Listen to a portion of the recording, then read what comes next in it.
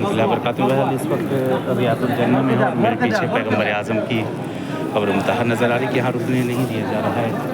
और ये पिलर जो पीछे नज़र आ रहा है, ये पिलर सामने वाला, ये पिलर जो है, ये पिलर यहाँ पे कि जिसे सुतून तौबा कहा जाता है। इंशाअल्लाह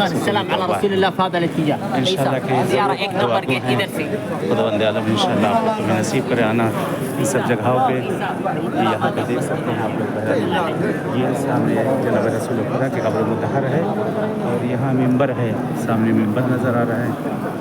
ये मिंबर था, इसको बदल देंगे, इस जगह पे मिंबर था, जगह बदल दी।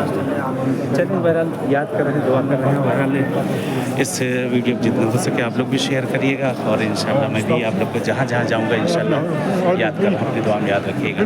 परवरदिगार आप सबकी हवाइज को पूरी करें, यहाँ दुआएं कबूल होती हैं इंशाअल्लाह। आप सबके लिए मैं दुआ, आप सबके लिए दुआ करूँ खुदा इंशाअल्लाह तमाम हवाइज को, तमाम मुश्किल गिरफ्तारियों को आप सबको दूर करें। जो मरीज़ बीमार हैं परवरदिगार उन्हें सेहत आजिला और कामयाबी इनायत करें इंशाअल्लाह।